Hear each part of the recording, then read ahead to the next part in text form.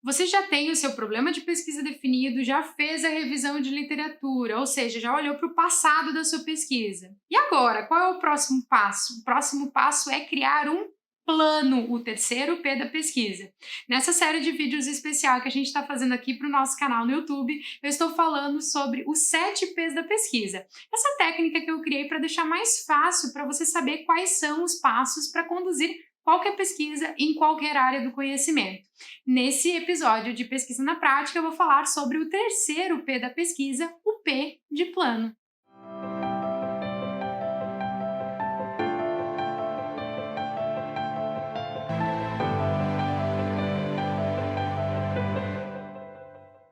Olá, acadêmico! Olá, acadêmica! Sim, você já definiu o seu problema de pesquisa, já deu ok com o seu orientador, com a sua orientadora, você já fez uma revisão de literatura robusta, já leu todos os artigos, já está craque sobre a teoria que você está trabalhando. Qual é o próximo passo? Lembrando que eu criei esses 7 P's da pesquisa para conduzir uma pesquisa de uma forma um pouco mais tranquila. A gente tem o problema, a gente tem o passado, que é a revisão de literatura, e o terceiro P, então, é o plano, ou seja, o método. O próximo passo agora é definir as técnicas de coleta e de análise de dados que você vai adotar para responder o seu problema de pesquisa. Está tudo linkado neste mundo e é isso que eu vou falar neste vídeo, falar sobre o terceiro P, o P de plano. Mas se você não entendeu muito bem o que é esse negócio de 7 P's da pesquisa, eu vou deixar o cardzinho do primeiro vídeo que eu falei sobre o que é esses 7 P's da pesquisa e de onde é que eu tirei essa ideia maluca de criar esses 7 P's da pesquisa para ajudar você aí, mestrando, mestranda, doutorando ou doutoranda, a conduzir a sua pesquisa com um pouco mais de tranquilidade. E se você é novo aqui no nosso canal, clica aqui embaixo, se inscreve, já marca a sinetinha para receber notificações de quando tem vídeo novo por aqui ou de quando a gente está ao vivo. E aproveita e dá uma olhadinha na descrição desse vídeo. A gente sempre deixa alguns links de materiais que podem te ajudar na tua pesquisa.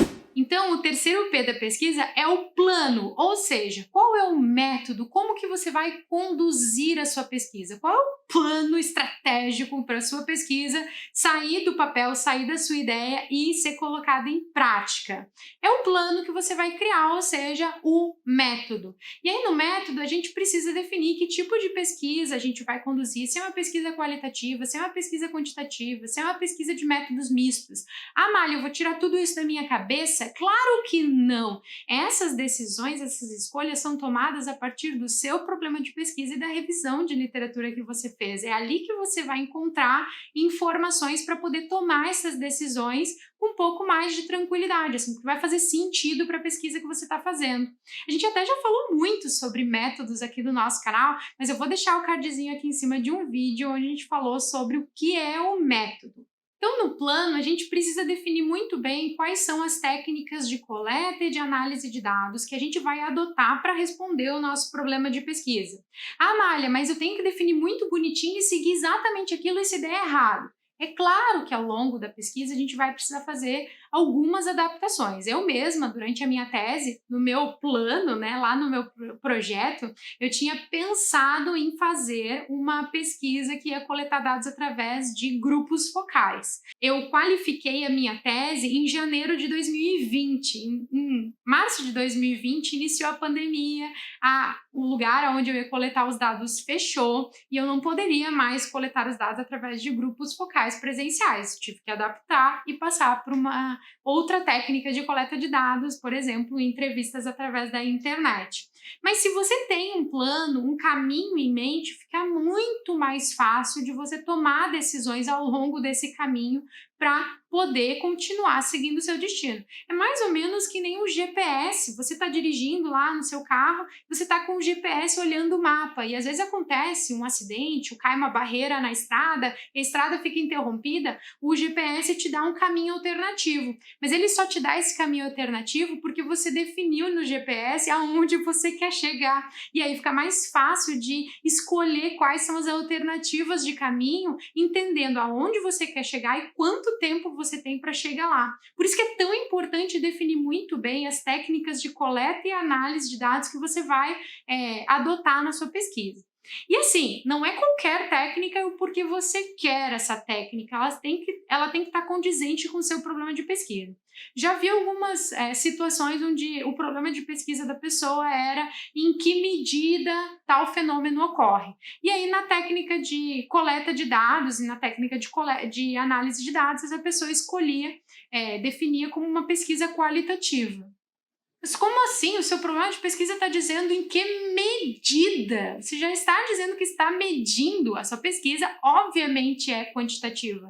Ou muda o problema, ou escolhe outras técnicas de coleta e de análise de dados. Entende como tudo está interligado? O que está definido lá no seu problema de pesquisa, o que você identificou na sua literatura, a maior parte dos artigos, que técnicas de métodos de coleta e de análise de dados esses artigos utilizam. Você é mais propício para você responder esse problema de pesquisa, adotar as mesmas técnicas, ou é interessante você aplicar uma outra técnica até para ver esse fenômeno sob uma outra ótica?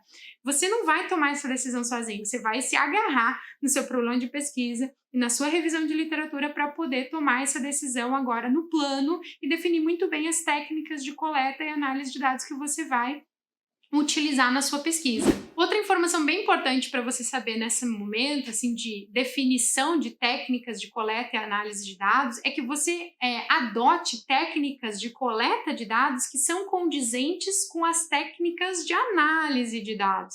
Eu já vi muitas pessoas fazendo algumas inversões, escolhendo técnicas de coleta de dados quantitativas e escolhendo técnicas de análise de dados qualitativos, e aí não se encaixa, e em algumas bancas, em algumas áreas de conhecimento, isso pode até ser visto como uma falha fatal e você corre risco até de rodar, de não passar na banca. Por exemplo, se você está fazendo uma coleta de dados através de formulários e você vai coletar as respostas das pessoas através desse formulário, com variáveis numéricas e variáveis categóricas, que são aquelas variáveis muito importante, pouco importante, concordo plenamente, não concordo plenamente, ou, enfim, são todas perguntas fechadas, onde a pessoa ela não tem outras opções para responder, ela precisa marcar de alguma forma, ela só tem aquelas opções ali para responder. Isso é uma coleta de dados quantitativa.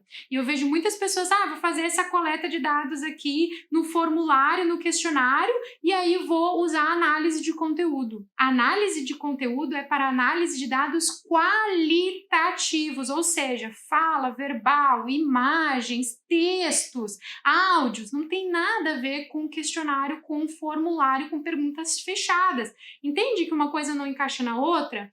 Então, até a gente já falou sobre essa questão específica do que é dados qualitativos, muita gente confunde aqui no nosso canal, a gente já falou sobre isso, eu vou deixar o cardzinho desse vídeo aqui em cima. Por isso eu quero deixar muito claro aqui a importância de você escolher técnicas de coleta de dados que estão alinhadas com as técnicas de análise dos dados, porque aí conduzir a sua pesquisa vai ficar muito mais fácil, porque as coisas vão se encaixar de alguma forma, vai ficar muito mais tranquilo para você analisar aqueles dados que você coletou da forma correta. Da mesma forma que você coletou, você tem que analisar com a ferramenta correta, porque senão não dá certo. E claro, se você fizer tudo direitinho no plano, colocar em prática a sua pesquisa, que é o quarto P da pesquisa, vai ficar muito mais tranquilo, porque está tudo ali organizadinho no seu plano.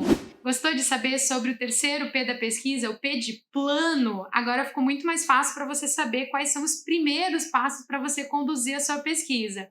E aí deixa aqui nos comentários como é que está indo o método da sua pesquisa, quais foram as decisões que você tomou em relação às técnicas de coleta e de análise de dados.